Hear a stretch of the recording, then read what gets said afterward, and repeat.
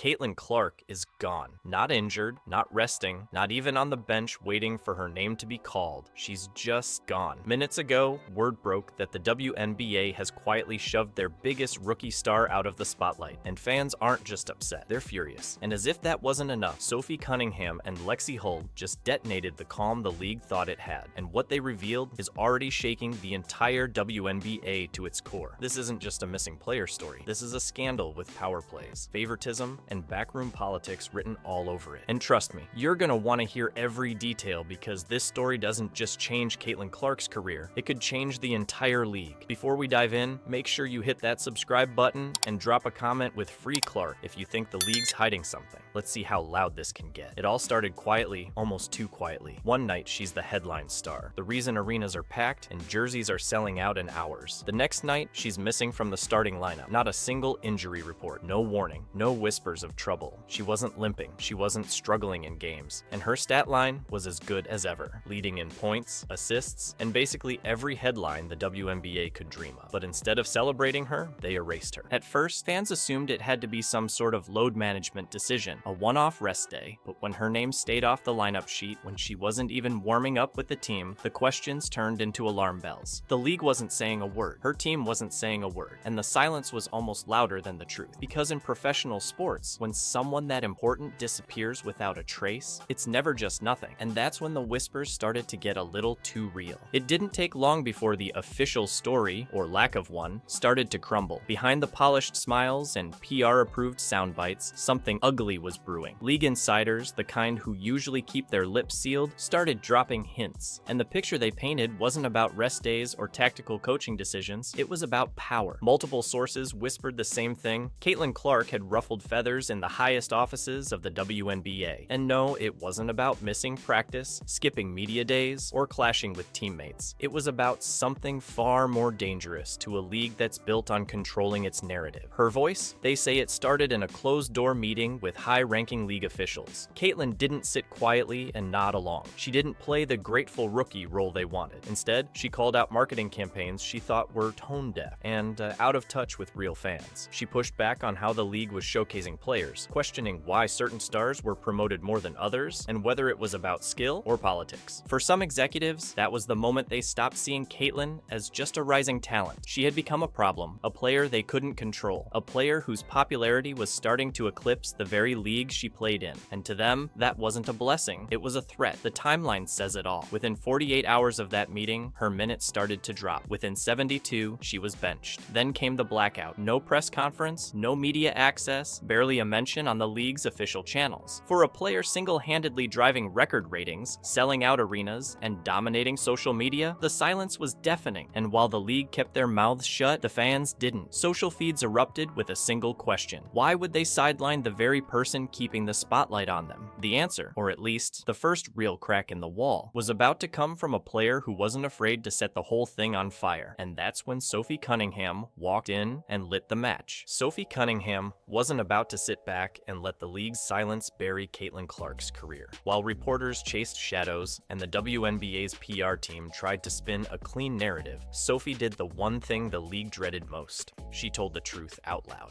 It happened right after a game, cameras rolling, microphones in her face. Most players would throw out a few generic lines about team effort or sticking to the game plan. Not Sophie. She looked dead into the lens and dropped a verbal grenade. You don't sideline your biggest star unless you're scared of her power. Boom. No hesitation, no allegedly, no sugarcoating. The entire room froze for half a beat, and then chaos. Clips of that moment were online before Sophie had even left the arena. Twitter, TikTok, Instagram, you name it. That soundbite was everywhere within the hour. And the comments? Brutal. Fans were eating it up, calling Sophie the voice we needed and the player who finally said what we're all thinking. But she wasn't finished. On her podcast the very next day, Sophie went scorched earth. She called the WNBA's decision retaliation, plain and simple. She accused league officials of caring more about control than progress, more about politics than the game, and she spelled it out so plainly that no one could pretend to misunderstand. Caitlyn wasn't benched because of basketball. She was benched because she was becoming too powerful. Fans didn't just listen,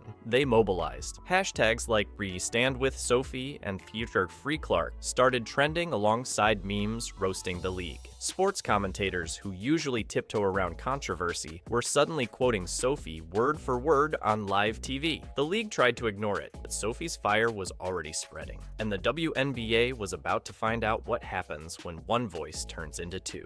Because the very next day, Lexi Hull walked into the press room and declared war. If Sophie lit the match, Lexi Hull was about to pour gasoline on the flames. No cryptic tweets, no half-hearted "we support our teammates" soundbite. Lexi walked into the press room after practice, straightened her mic, looked directly into the cameras, and dropped a single sentence that sent the WNBA spinning. "If Caitlyn Clark can be treated like this, what do you think they'll do to the rest of us?" That was it. No long speech, no soft delivery, just raw, unfiltered truth, and it hit harder than any dunk highlight could. The room went silent. Reporters exchanged wide-eyed looks. Within minutes, the clip was everywhere, but Lexi wasn't done. Hours later, she posted a black and white photo of herself with Caitlyn. The caption? Just one word: loyalty. No explanation, no hashtags, no context. And because this is the internet, fans didn't need context. Speculation exploded. Was it a shot at the league? A dig at teammates who stayed silent? Or was she warning everyone that a storm was coming? Then came the leaks. According to sources inside the team, Lexi had been one of the loudest voices in private meetings since the drama began. She allegedly confronted the coaching staff directly, demanding to know why the league's biggest draw was glued to the bench, and she wasn't alone. Teammates backed her up. Rumors swirled that Lexi had started quietly rallying younger players across multiple teams, building a coalition ready to push back against what they saw as old-school politics holding the league hostage. The risk? Massive. Speaking out could mean fines, reduced minutes, even losing contracts. But for Lexi, the risk of staying silent was bigger. Then came the tweet. Short, sharp, and gone in minutes. "If you want to build a legacy, stop silencing the ones who create it." It vanished from her page almost instantly, but not before fans screenshotted it and spread it across Reddit, TikTok, and sports forums like wildfire. Whether she meant it for executives, media outlets, or anyone trying to downplay the controversy, the message was clear. Lexi Hull was done playing nice. And with Sophie and Lexi now standing shoulder to shoulder, the WNBA wasn't facing a single problem player anymore. They were staring down the beginnings of a rebellion. And the next wave of that rebellion, it wasn't coming from inside the league office, it was coming from millions of furious fans. The moment Sophie and Lexi threw down the gauntlet, the fans didn't just clap from the sidelines. They charged onto the battlefield. Twitter, Instagram, Reddit, TikTok, it all went nuclear in a matter of hours. Hashtags like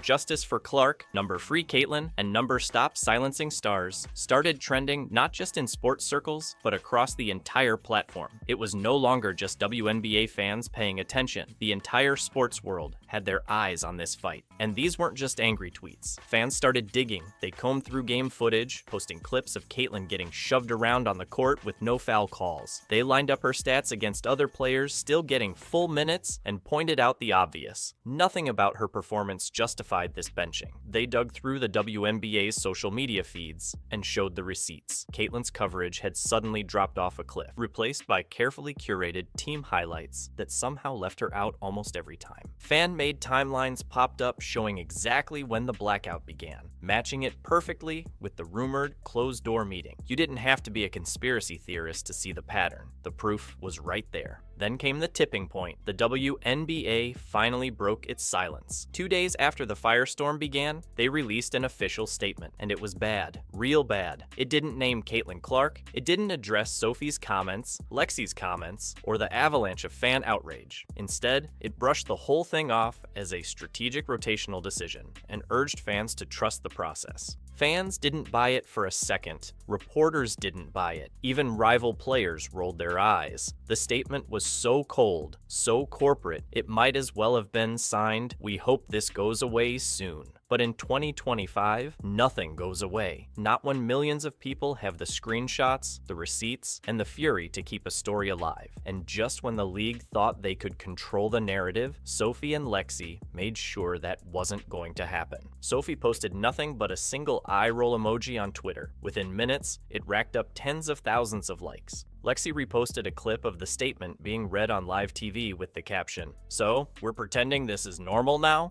The sarcasm was razor sharp, and fans devoured it. The league had tried to shut down one voice. Now, they were drowning in thousands, and the fallout wasn't just online, it was about to start hitting the WNBA where it hurts the most: money, sponsors, and the seats in their arenas. The backlash wasn't just a trending topic anymore. It was becoming a financial nightmare. Ticket sales for upcoming games where Caitlyn Clark wasn't expected to play, dropping like a rock. Cities that had been selling out arenas for the first time in years were suddenly staring at empty rows. Fans who had been traveling hours just to see her in person were now demanding refunds. Then came the merch numbers. Caitlyn's jersey, the hottest item in the WNBA store just weeks before, started tanking. It wasn't because people stopped loving her. It was because they didn't want to give a dime to a league they felt was erasing her. Online shops were flooded with comments like, "I'll buy again when you let her play." Sponsors were paying attention too. According to multiple leaked reports, at least 2 major brand partners reached out to the league with a not-so-subtle warning: clarify the situation before the next ad campaign, or risk being cut out entirely. That's corporate code for fix this mess, or we pull the plug. And if that wasn't bad enough, the sports media, which had mostly been cautious up until now, started flipping. A former WNBA star tweeted, "Rotational decisions don't erase your MVP candidate. Something else is going on, and it stinks." ESPN analysts, podcast hosts, even rival team commentators started echoing the same sentiment. This wasn't about basketball anymore. The league could feel the walls closing in, but instead of coming clean, they doubled down. No follow-up statement, no interviews, just whispers of internal reviews while they scrambled behind the scenes to plug the leaks. But here's the problem with trying to control a scandal. The more you squeeze, the more it slips through your fingers. And inside the locker rooms, the tension was boiling over.